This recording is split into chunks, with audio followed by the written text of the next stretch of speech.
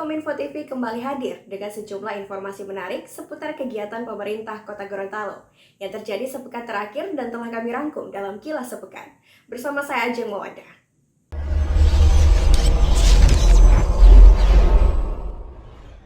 Netizen pada Senin 17 Agustus, pemerintah Kota Gorontalo menggelar upacara bendera di lapangan Buladu, Kota Barat untuk memperingati Hari Kemerdekaan Indonesia ke-75.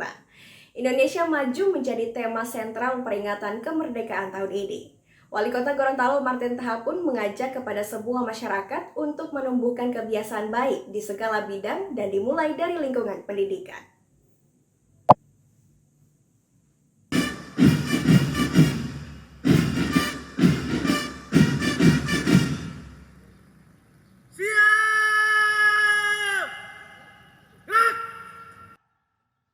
Wali Kota Gorontalo Martin Taha pada upacara peringatan Hari Kemerdekaan Indonesia ke-75 mengajak masyarakat untuk mengembangkan keunggulan di semua bidang yang dimulai dari bidang pendidikan.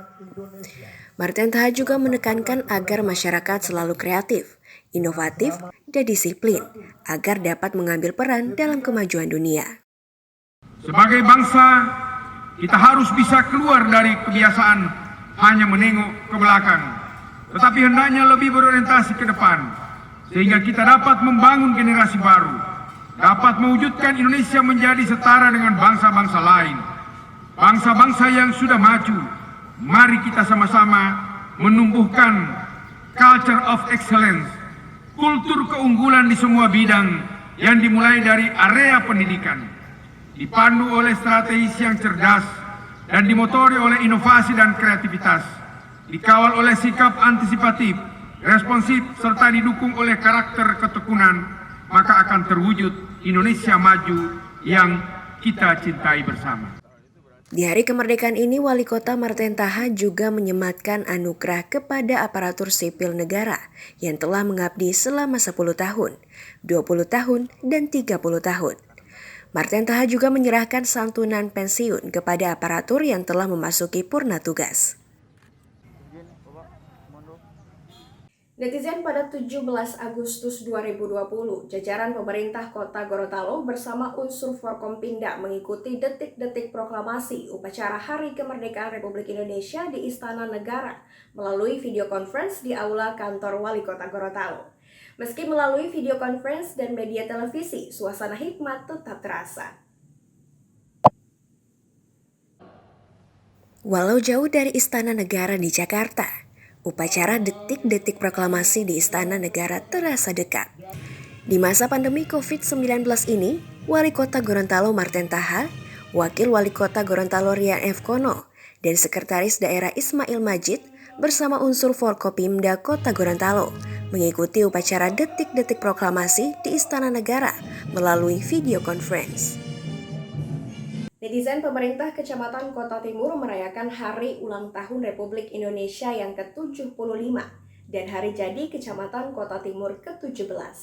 Melalui momen ini, Camat Kota Timur Eladona Oktamina Sidiki mengajak sejumlah elemen untuk melakukan gebrak masker. Gebrak masker sepanjang Jalan Nani Wartabone dimulai dari Bundaran Hulondalo Indah hingga Rumah Dinas Gubernur Gorontalo.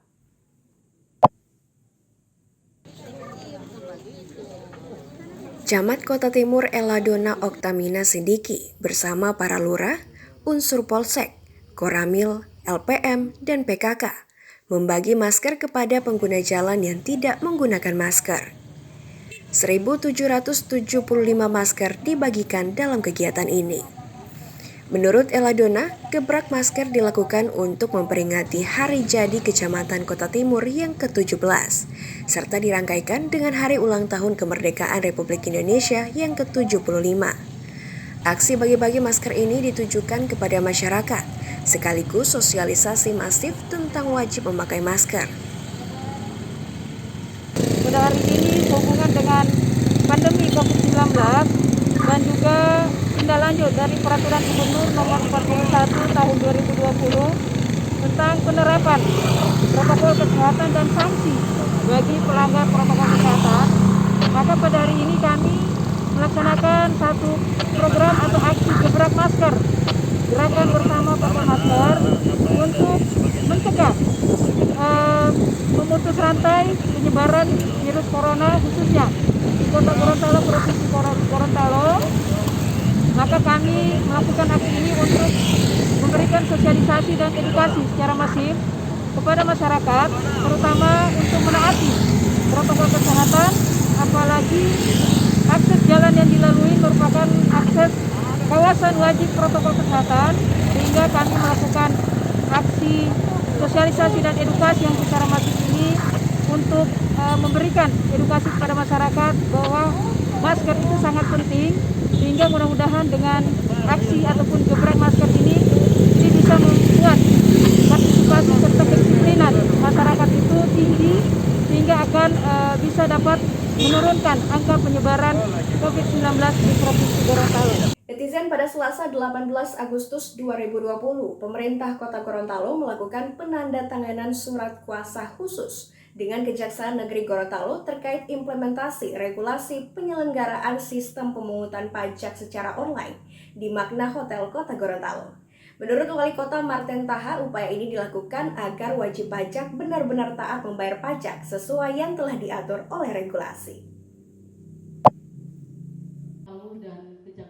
Marten Taha mengatakan wajib pajak yang menunggak dan punya iktikat baik untuk melunasinya, maka ada metode khusus yang bisa dilakukan. Akan tetapi menurut Marten Taha, jika wajib pajak tidak ada respon yang baik, maka jalurnya akan diserahkan pada aparat penegak hukum. Penandatanganan surat kuasa hukum tentang tunggakan pajak daerah dan pemulihan aset ini dilakukan oleh PLT Kepala Badan Keuangan Kota Gorontalo Yusuf Yasin dengan Kepala Kejaksaan Negeri Kota Gorontalo. Kita ini ingin mengoptimalkan dan memaksimalkan penerimaan daerah melalui pajak dan retribusi dan pungutan-pungutan lain. Tapi di sisi lain masih banyak juga pajak-pajak yang tertunggak. Masih banyak wajib pajak yang belum melunasi, bahkan tahun-tahun sebelumnya, 2 tahun sebelumnya, 1 tahun sebelumnya. Nah, di tengah situasi seperti ini, tentunya kita memaksa agar mereka bisa melakukan kewajibannya untuk menyetorkan pajak itu ke kas daerah. Tapi kan tidak semua bisa berhasil dengan baik.